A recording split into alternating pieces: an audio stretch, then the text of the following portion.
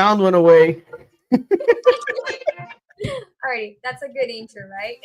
Yeah, I think it's about as good as it's gonna get. So happy 4th of July, everyone. Yeah. We are here. We are dressed to impress. And Thank you. looking sharp there, Carlos. Thank you. All your gear, and Uncle Sam stopped by. I love it. As the episode progresses, I'll start taking stuff off as I get hot. No, this is amazing.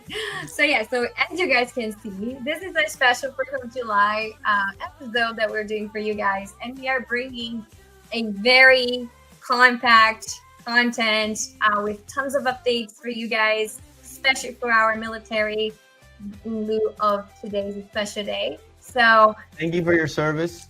Thank you all for your service, and thank you for your support. If you say that to me too. Well, that's why I said thank you for your service. It applied to you and all the other service members. And all the service members out there. Yes, that's awesome. So today we are going to be discussing, like I said, some market updates, what's going on with the housing market in the eyes of actually the National Association of Realtors. We're going to be presenting to you guys some comments directly from the chief analyst, Dr. Yoon. We're also going to be bringing out tons of updates that are being done within the VA guidelines for the veterans out there, which is pretty exciting. It's all for the best, thank goodness. So we're going to. But before we continue, yes, like, share, and follow for more. Right there. Yes, we like to bring you as much content and good information as we can. So if you like and share, you're going to share and follow, you're going to get some more information like that. And our information is in the bottom there too. So if you need to contact us directly, please feel free to do so. Now, before we get started with all of that excitement, we're going to have our myth of the day as usual. And today, the myth is VA and USDA can both get 6% seller's assistance. And I know for a fact, Wrong. a lot of realtors out there are going to say, but that's true. No, it ain't. Not It is technically. Not legally on paper for like lender guidelines. So, I'll let you explain this one, Carlos. This is your jam. Oh, thank you. So nice of you.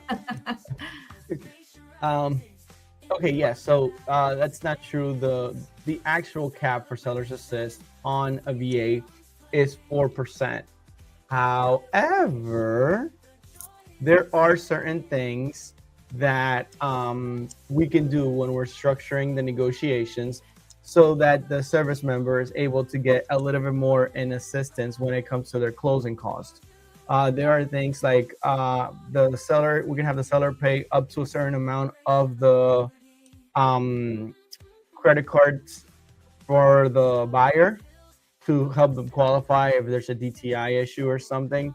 We can also have the seller pay the transfer tax for the buyer, and that doesn't count as seller's assist. So that kind of helps them also with a little bit more towards closing costs. So 4% is the number, but there are exceptions, to the rule. Yeah. And then just to kind of clarify to agents out there, you can still structure your offer, let's say, not that, it's happening right now in our industry, or at least not in central Pennsylvania, that we're getting that much seller's assistance, but you could still structure that you're getting 6% seller's assistance. It's just that on the lender side, they're going to have to position those credits differently because on paper, it needs to be a max of 4%. Yep. But like he said, he can allocate those funds differently, being paid by the seller to complete the 2% additional. It's just that technically it's 4%. But it can go even high. You can go 9%, right? Depending on what you do it right, you can. Yeah, but it's all about the proper allocation of funds on the back end by the lender. So yes, we can get more assistance for the veteran, but on paper, technically, it's 4%. Now, USDA, FHA, those you actually can specifically get 6% seller's assistance directly from seller to buyer to cover closing costs. That is clear cut. For VA, it's 4, but there's technically a lot more that could be included. And you can also do the same thing on USDA and FHA, where, you know, to help the buyer out, you can have the seller pay the transfer tax as well on these loans, and is not considered part of the seller's assist. So it just helps when the buyer is a little bit short. Let's say there's some repairs needed, and, you know, so that the buyer has money left over at the end, the seller will say, hey, listen, if I lower the sales price, it's really not going to lower your cash to close. But if I do this, it'll lower your cash to close, and now you can take that money and make those repairs that you need to make on the property. Exactly. Yeah, so that's all out there. In our market as of today, that's a little bit more challenging to do because the competitiveness, the lack of inventory, amount of buyers is still buying. So we're not seeing that as one often. clarification, those are repairs that are not on the appraisal, because those need to be done prior to. But repairs that are on the inspection, that's when we can do things like that. That's when you can kind of get creative and do that. But if the repair is on the appraisal, it has to be done before it closes, unless the seller's going to be taking care of it. And then depending on what it is, you can do like escrow holdbacks and that kind of stuff, you know, also. To put it towards, like, if it's winter time and can't really paint. Exactly. So they can allocate funds to be done Right. Yep. So all that really good information, just so you guys know, then that's a myth, but it's technically misconcepted because you really can actually get 6 or more. It's just that it's not technically 6. Alrighty. That is very true. Yep. So in lieu of 4th of July, our first segment of this episode today is going to be all about the new VA loan updates, which there are a ton of them. And I'm going to try to condense today, and Carlos is going to be chiming in with me and, you know, explaining it further. But it's all, you know, trying to empower the veterans to do better in this new market with all the new guidelines that we have as of today. Right. And the help they get, you know, because they were, you know, they're service members, you know what I mean? Like that, exactly. A lot of them don't know about. Yeah, some things people just don't know. It's new, old news, right? But some of them are news that we need to share because it's just not known by the public and even by agents, to be honest, because some things are just brand new coming into place right now. Right. One curious thing, and since we are doing 4th of July special, it's nice to mention. So the VA GI Bill, it's been in place since 1944. So since then, veterans have already been benefiting from VA benefits to acquire home ownership and make that more accessible for all veterans. So that's been in place for a long time. Which is amazing, you know, to see that it's been still going on. Of course, it has been revamped, changed, transformed in so many ways throughout the years. And I think for the most part, it's for the best.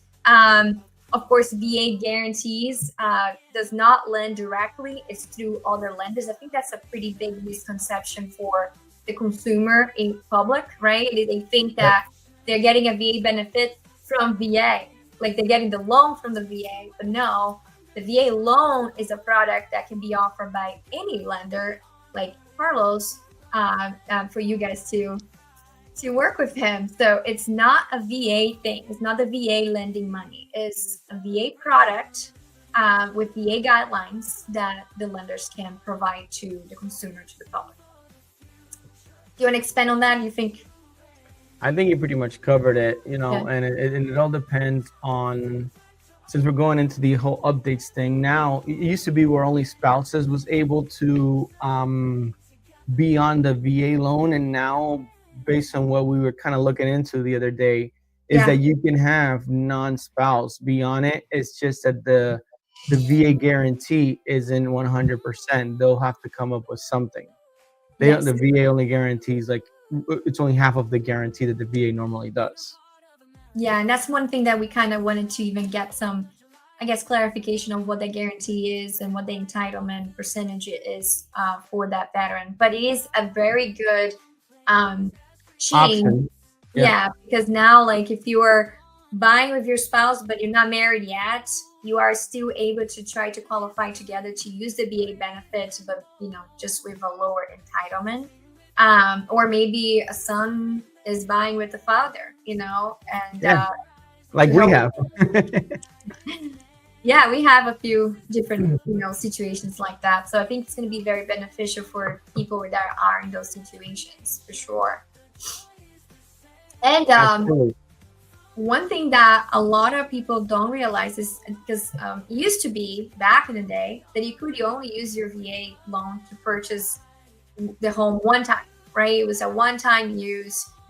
So people are always saving that VA benefit to buy the forever home, right? Yep. That is no longer the case. Now you can actually use your VA benefit multiple times. And they're in fact now allowing multiple VA loans to be held at the same time. I'm not sure how the entitlement is going to work on that just yet. Yes, so it's bonus entitlement. I did one. Did look into that? Yeah, no, I actually did. I actually just closed one, maybe I want to say last month or the month before that. Okay. Where they were able to do it, and the veteran came out of pocket with very little money.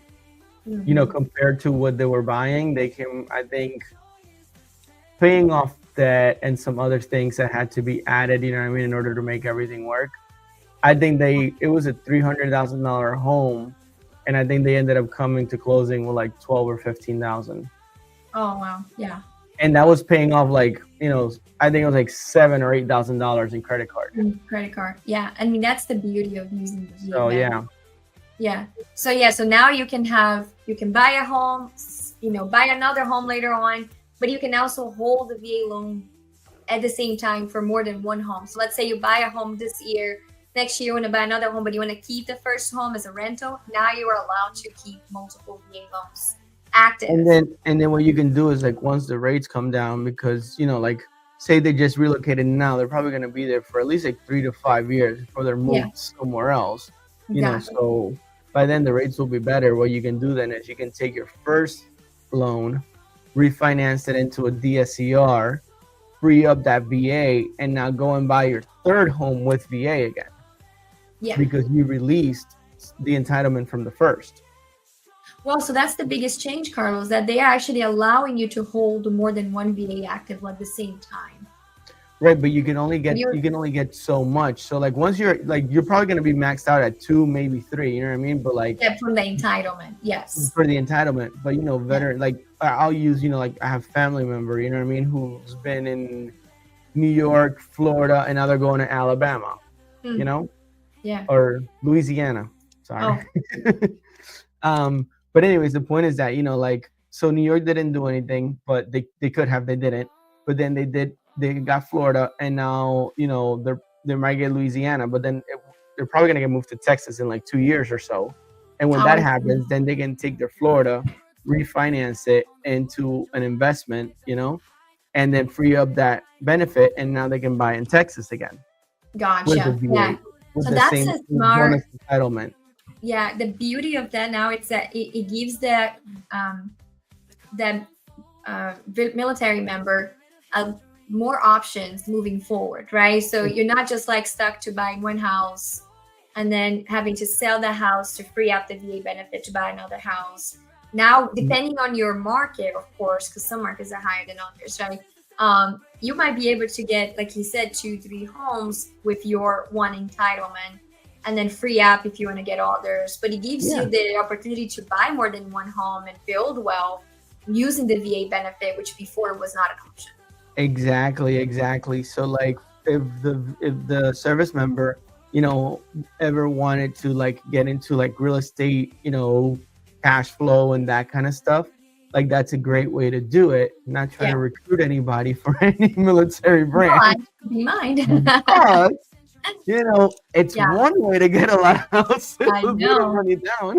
Yes. The other thing that a lot of people maybe don't know of, and honestly should be a very good way of using creative financing per se, is the assumption. So VA loans, they are assumable. So let's say, and I'm going to explain this because people might get confused. It has to be from a VA to another VA. If it's not to another VA, then that person is not going to have a guarantee, like entitlement for the property. The entitlement is never released. But if it's from VA to VA, then it makes more sense for that VA seller to sell the home, right, as an assumable mortgage to another VA buyer. Yep. But with the benefit of that is, if you are a seller and you have a 3.5% interest rate that we're not seeing anymore for a while, then you have a buyer coming in and this happens. Yeah, exactly. That happens to be VA as well. Now they can assume the remainder mortgage at the 3.5% interest rate that previous owner had, and then the remainder of your purchase price could be another loan, like a second position mortgage with today's interest rates. But now that buyer is saving thousands because they're getting a substantial amount of the loan at a very, very reduced interest rate. So VA assumable mortgage is a thing, and it is a very interesting option if you are selling a VA, seller home to potentially another VA buyer. I wouldn't necessarily suggest to do that with a non-VA buyer because of the entitlement issue being tied into the home. It makes no sense for that seller to sell at that point because they're going to have a home that doesn't belong to them tied in with entitlement tied to it without being able to use it in a different home. Right. So it wouldn't make sense. But unless it was like, family, you know what I mean? And then if it's a family member, then like say it's your kid who's a civilian, you know what I mean? Then you can do it that way. Exactly. Now we're going to transition maybe a little bit into eligibility, because there was some changes made into that realm for veterans as well. I think the biggest one being, so I used to be a reservist myself, National Guard.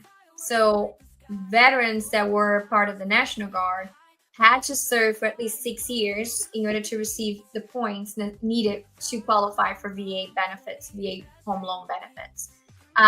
Or they had to be activated for active duty for a period of at least 90 days under Title 30 or 28. I can't remember the name, but like active duty overseas in order to be able to qualify for the VA home loan. Yeah, I dealt with that actually one time. I had somebody who was deployed in Japan, and we had to wait till he had so many more days in Japan before he was eligible because he was reserve. He was inactive.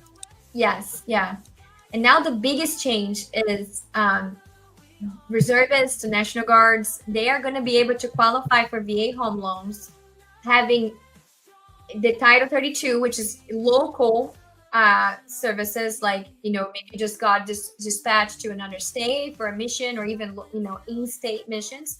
So Title 32, that's what it means. So those are going to actually be qualified, but you have to have just 30 days of consecutive activation plus a total of 90 days of activation. But the first 30 days have to be consecutive, meaning 30 days straight active duty. Then you had like 7 here, 7 there, 15 there. That's what I had. Yeah. So a total of 90 days. And Yep. Now it doesn't have to be, overseas. It can be Title 32.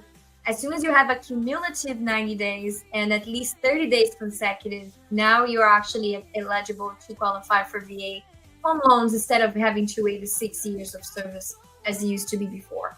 So pretty awesome. I feel like we get dispatched for services as National Guards and reservists all the time, but that never counts for anything, unfortunately. And now it's going to be counted towards the VA home loan benefit. So yeah, and that's really good. That'll help a lot more service members, be able to utilize these benefits that the VA offers. Exactly. It's going to increase the pool of potential buyers being able to qualify for a VA home loan, which is what we need right now. It's great. They all should be entitled anyway. They're serving, right? So they're just expanding that pool of qualification. Yeah, it's unfortunate that a lot of realtors see a VA loan and they kind of run from it. But really, they shouldn't. It's easy. It's very easy to close. DTI isn't as big a factor as when you're dealing with, FHA or conventional. Some clients are conventional buyers, like they qualify conventional, but they're service members. They should be able to use their VA, And when I have those type of situations, I call a listing agent on the property they want to put an offer on and say, hey, listen, like this is going VA because they want to use their rate that they're given, but credit is 760, 780, income is fine, residual income is there. And and it helps, and most of the time they, unless someone comes in with a cash offer, they'll get it. Exactly. I feel like that misconception happens because technically, and not many people may even know this, the VA loan benefit does not even have a minimum credit score, and it does not have a DTI requirement at all. What does imply that, impose that, is the lender. The lender have their own minimums for certain types of loans. So every lender may input a different guideline for the VA loans that they provide, right? So some lenders may say, oh, we go as low as 520. Some others say 580. Some others say, oh, I need at least 620. But that's an imposed by the lender minimum requirement. It's called an overlay by the lender. Yeah, it's regulated by the lender. So every lender will have a different guideline, but the VA itself doesn't impose any minimum credit score requirements or DTI. No, the biggest thing, I would say the biggest thing on VA loans is residual income. It's a calculation that we do. Exactly. And as long as your residual income is there, your DTI could be 60%, you're still going to get it. As soon as you have that residual income, that makes sense to that lender for their guidelines. Yeah. Yep. And also now with the new COE process, the veterans can just go in the eBenefits portal website and request their COE. And it's fairly easy nowadays to obtain the COE. If you have served at the active duty, or had an activation of active status, usually is issued automatically. But if you are one of those people in a situation that you need to count the points because you did so many Title 32 services, or you were a reservist for pretty much the entire time, so they may take a couple more days to issue that to you. But it's all done by the veteran through the benefits portal, super easy. Some lenders may have access to request that on your behalf. I think you do that too, right, Carlos? Yeah. Usually, we just ask them for their DD-214 when they're no longer in service.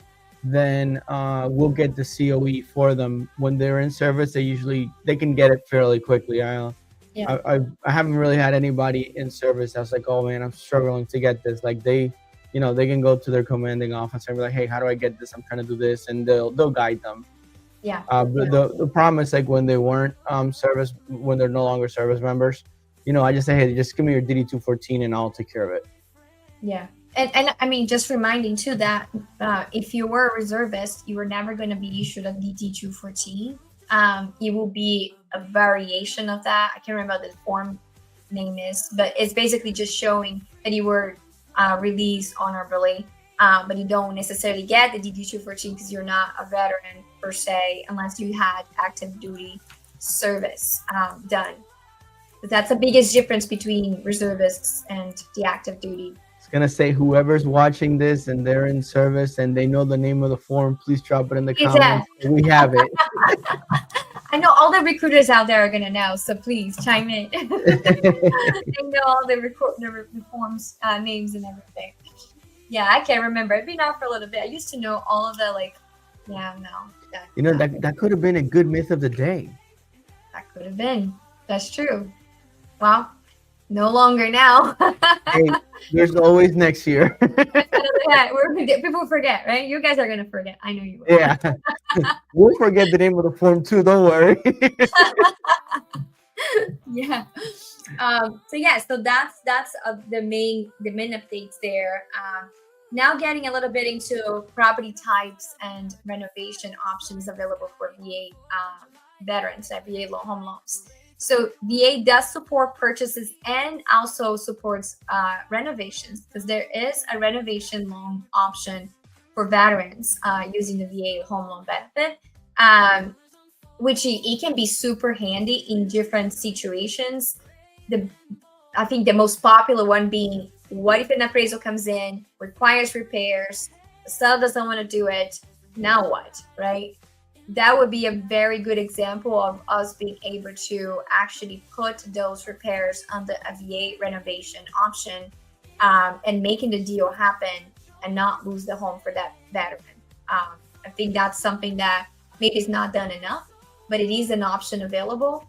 And one thing that I learned on my masterclass for VA that I didn't even know is that you can actually submit a request to the VA when you are under contract. If you don't want to pursue a renovation loan option, you can actually request that repair from the appraiser either be waived if it's nothing crazy. Sometimes they will allow it. Most of the times, if it's a safe to guideline, they probably won't. But they may allow the veteran to take care of that post settlement, which is something I didn't know it was an option. But you need to submit this request to the VA directly when you are under contract. So I think that's something that I don't even know if you knew, right? I didn't. I mean, I have to get back to I never you on ran that into one. that myself. So when I did the class, I'm like, wow, I didn't know. I thought we Yeah, were I stuck didn't know having that to do one it. either. But if it's allowed, I'll probably be able to do that too. We'll assist you. Just We'll find because out. we don't have any overlays, with Yeah. any programs, like we'll do, if the person has a 500 and the VA wants the deal, we'll do it. You know what I mean? Like, it doesn't. We don't have any overlays, so if you can do it, then yeah, we can do it. Yeah. No, it was just interesting because the VA representative was there, and he said there's so many ways to handle a VA home loan transaction. There's so many different revenues that we just don't know because we're so used to the other loans that are very, it is what it is. This happens, right? But with the VA, there's always resources that we can kind of go back to. And this is one of them where we can actually dispute any sort of repairs requests from the appraisal. It's a much easier also to come back to the VA appraiser and request a reevaluation of value if the value didn't come in right, which for other loan types, usually it's pretty much set. And if you go back, they're not really interested in changing the value, even if they agree Well, with you. I can't. I'm gonna go with. I don't agree with you on that one. You don't agree? Oh, No, I'm on no, the because realtor we side. have I'm like, no, because we do have reconsideration of value. Like we send like if an appraisal comes in lower, and we can and the buyer's agent, listing agent get together and they get me good comps, and it's just comps that the appraiser didn't use. yeah. We will get that adjusted, to a fair market value. Well, you We are going to don't. send to the appraisal management company, but they may or may not adjust the value. Yeah, so we don't have an AMC per se. We have an appraisal desk, so it works a little bit different, and they work directly with the appraiser. Oh, I see. Okay. So yeah, so if it makes sense, they will You're adjust. better. That's what you're saying, Carlos. Hey, you said it, not me. You said it, not me. But a lot of the banks work with AMC. But yes, And and generally you are correct, just not in this case. yeah, you have your own, so you're better. You see, Yeah. guys, you hear that? You heard it directly from the source right now. I just found out that Carlos is even better yet because of it. So just so you know, not all lenders do that. And Yeah. a lot of the AMCs do not want to take the hit for readjusting value because they do take a hit if they do a reconsideration of value. Yeah. They're less inclined to say, oh yeah, or adjust the value. Yeah, I've seen it, excuse me, where it came back, from other lenders, and they're like, yeah, no, kick rocks, like I'm not changing this. But in this case, yeah, like usually when it comes to us and there's an issue, as long as it makes sense, we'll do it. You know what I mean? But Yeah. like, don't send me, single detached homes in a To good compare to a neighborhood townhome. comp for a row home. You know what I mean? Like, come on, what is that? Yeah, yeah. Let's be reasonable, right? Yeah, that's what I said. No, Within for sure. reason, within reason, we will make the adjustments. Yeah. But like mentioning about the VA has a very different process as well, kind of like Hmm. what you do then, because they're actually more than willing to reevaluate because they don't take hits. They're more than willing to try to help that veteran make the deal go through with the value that needs to be, Yep, yep. you know, as soon And as if of I'm not course. mistaken, I know USDA does it, I think VA does too. Where if the property over appraises, you can finance up to that to lower the closing cost Yep. on the VA To help that, on the for the buyer yes, essentially. so that way they can get more credits back. Yeah. Yeah, I've done that in the past whenever, we were seeing high appraisals coming back, and it was always a beauty because maybe we couldn't negotiate up front seller's assistance, but then when he came back the appraisal came back higher, we were able to just up that purchase price slightly and get the buyer additional assistance. So that's a pretty big bonus when that happens. Yep. Yeah. Alrighty. So we mentioned this already on our myth about the seller's assistance being capped at 4, but technically can go higher than that. One thing that we didn't really discuss was the VA funding fee that is used on the VA loans. So VA loans do not have mortgage insurance, right, Carlos? No. The VA loan has the funding fee, and some of them are exempt. Like if they're 100% disabled, they don't have a funding fee. The funding fee is kind of like the PMI for VA, to give you an idea. Yeah. And one thing that I learned in regards of the VA funding fee that I thought was pretty cool. So let's say a veteran is going to be buying a house now and using the VA loan. And they were already maybe planning on filing a claim for disability, but they haven't yet. If they file that claim and they have the claim open, not yet approved, but open in order to purchase the property, once that VA claim is approved, as soon as it was filed prior to buying the house, they can have the VA funding fee waived as well. But They that's have to have it filed. prior to close is what you're saying, right? Yes, it has to be at least filed. It cannot be filed afterwards because afterwards it's only going to qualify for the next purchase. But if they file the claim while they're under contract, right, before they close, and they get approved, of course they have to get approved, then they can get the reimbursement of that VA funding fee they paid at closing back. Now let me ask you a question. Normally, how, because I thank you for your service, because I never did it, so I gotta ask you, since you know more about this. How long does that process normally take to get approved once you file? So it depends on the claim itself and the type of injury and if it needs a doctor visit. So there's like variables, right? If you're talking about like a hearing one, which is a very popular one, that people claim for loss of hearing from shooting or whatever, that one on average is about 3 months. So if you file when you are under contract, maybe 2 months after you close, you might be getting that approval back. And if you do, that's when the VA will reimburse you for the VA funding fee. Oh, okay. And will they reimburse you like cash, or will they reimburse you by lowering your loan amount and adjusting your payment, like a recast type deal? That is that one that I don't want to answer because I don't know Okay. the specifics. I never had someone actually tell me, oh, this is how I got it back. Got it. The VA representative said that you do get the reimbursement, so I'm not sure if it's an abatement from the loan or if it is a cash value. That would be a good question. Maybe we'll have next year, we're gonna answer that, folks. Don't you worry. I'll send an email to him. I have his email. I'm on his inbox. And any service members that are watching that were able to do this, please leave it in the comments so we can talk about it.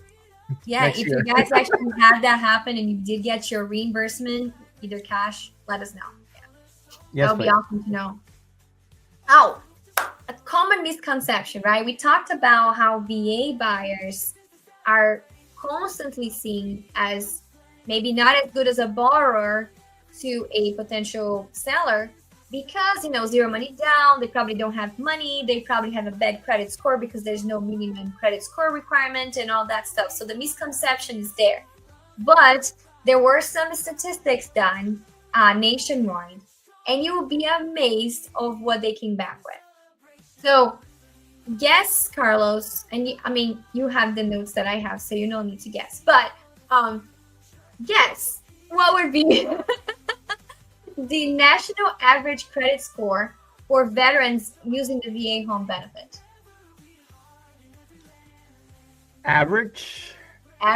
National average for VA home buyers.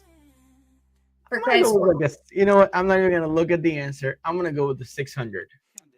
600 even, or like 600s? I'm going to say like a 620 average. Okay. You see, that's why it's a misconception. Believe it or not, the national average credit score for a home buyer using VA home loan is 718 points.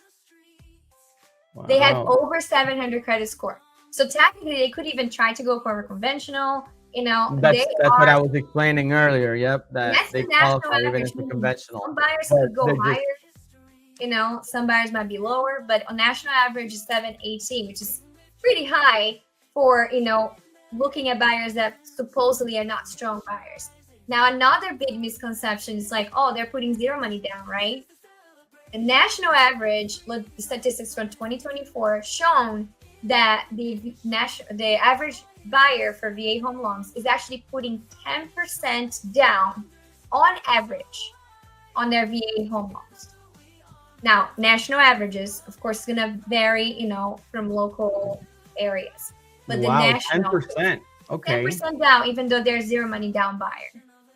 I mean, and just to come back to the credit thing, because I am honestly shocked. Yeah. We don't have an average of 718 when they have no minimum scores. That means there's a lot of 800s. Exactly.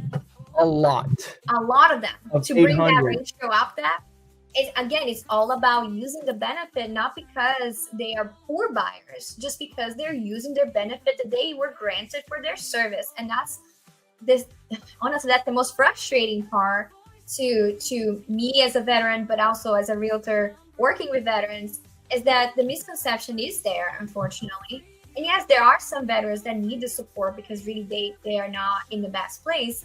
But on average, that's not the case. They're just using the benefit they were given for serving their country. So yeah, we need to reshape the thinking of VA home loan buyers.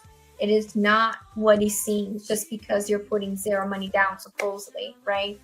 Yeah. And VA appraisal. That just goes to prove it. I mean, that just goes to prove it that, there are solid VA. I mean, all the realtors, following us and watching us, I mean, the national average is 718 credit score. That's huge. That's crazy. I was thinking like 600, 620, considering all the 400s, I know. Yeah. So that is a pretty big change. And I think the one of the newest changes as well, and that it's coming because of the NAR settlement and the changes on the buyer agencies and commission payments and whatnot. So now a veteran is allowed to pay up to 2% on buyer's agents commissions, because before it used to be that the VA buyer could not pay any commissions whatsoever. Everything had to be on the seller side. And then that became, a problem with the new guidelines of like negotiating. Maybe the seller is looking into offers that the buyers may be paying their buyer's agents commissions. So they decided to make an adjustment and allow, and then that's an optional thing, of course, they don't have to, but if they want to offer, as, hey, I'm going to pay for my agent's commissions, they are allowed to do that up to 2%. And that is a big change. And that's huge. It is huge. It's going to assist that, veteran to make a stronger offer if they want to and can afford to do so, during these competing situations that we're having in our market as of today. So Yeah, it's gonna be huge. huge. That's gonna be huge for service members and and ex-service members. If that's how you would say it. Yeah, ex-military. Yeah, active and ex. Yeah, that doesn't sound as good. And I think the other Active thing, and inactive service members. active and inactive, yeah, and that's better. Another thing too is that they are also allowed to do escalation clauses. A lot of people thought that they couldn't, but they can do escalation clauses, meaning putting in a form where it says they're willing to go up to a certain max amount in increments of X, right? In order Yeah, to be competitive. there would be no reason for you not to be able to do that, because if, let's go with, you're approved to 300K, you can start it at 270 and you already have an approval realistic, so 300K. So there wouldn't be a reason. It's the same as an FHA, conventional USDA. It's all the same. As long as you're approved up to that level, then there's no reason you shouldn't, not be able to do it. And another thing that some agents and potential consumers may not know is that the VA buyer can, if they want to, offer to pay an amount towards an appraisal gap. I think there was a lot of questions of like, oh, if they cannot pay certain things, can they even do that? Yes, they can, because they can put whatever down payment amount they want. So if they're looking to buy a house at 300, the property appraised at 280, and they put an appraisal gap of 10, well, they can buy the house at 290 then, because they can put $10,000 as the appraisal gap. So yes, the veteran is allowed to do that as soon as, of course, they have the funds to do so. But it is something that is allowed. The VA has no problem with that. The only, caveats that they are only going to loan up to the appraisal amount, period. But what the buyer decides to put above and beyond on top of that, that's the buyer's predicament. So, they can offer to pay any appraisal gap amount they want. So yes, a VA buyer is like any other buyer. If anything, it might be even better, because that loan, it's guaranteed by the VA. It's a very guaranteed VA loan. So it's not like a backed government loan like an FHA or USDA. It's a guaranteed one. So there's a lot of perks that come with that, not just for the buyer, but also some guarantees on the seller side. Like they have to be pre-underwritten in order to go through, meaning they have to have a certificate of eligibility ahead of time, to obtain that benefit. And with that comes certain qualifications that the lender have to do, right, Carlos, in order to proceed with that VA home buyer. So, yeah, I spoke a lot today. You can talk more. I think we covered a lot today. We did. Tons of good information for our veterans on absolutely. It was it. Very, very veteran oriented, which was the whole point of it. A lot of good things that people should keep in mind, especially people that are listening to this. National average is 718. Remember that. Wow. Yeah. I mean, holy cow. The national average percentage of down payment is 10%. 10% down on even though average. They don't need to. That's insane. Like, I would never have guessed that. And I think that number, now that we're talking about it, I think that number is driven through the bonus entitlements, because they end up putting a little bit more because they don't get the full 100 sometimes. I think that's what's driving that number. So that number is not as surprising to me as the 718 FICO score on average. Like, that is the big one. What? Strong buyers. That's nuts. Yes. So a lot of good information. Remember, if the house overappraises, you can use it to lower your closing costs even more. You can have good credit. Veterans can do the IRRRL benefit, right? And refinance. Yep. You do it's called the interest rate reduction refinance something loan. Yeah, it's IRRRL. RL. Mr. IRRRL. It's a pretty good benefit. So you have lower fees and there's no cost. Some parts there's no cost to do the refinance and get a lower interest rate. The costs are minimal compared to a regular loan. Yeah. And it can be used after 6 months to buy. Yep. Yeah. Alrighty. So again, if you like this and you want to see more of this, what do we say? Like, share, and follow for more. Alrighty, so that's it, guys. Hopefully you guys enjoyed. There was a ton of information. Hopefully you just remember that VA buyers are strong buyers too. Make sure you not knocking out the buyers that are military out of the picture. Please understand they're using the benefit because they earned it, okay? Not because they need it. So respect your veterans. Look at their offers the same way with the same grades that you look at any other offer. Because they deserve that, right? They deserve at least. Absolutely. Alrighty. Happy 4th, everyone. We'll see you next time.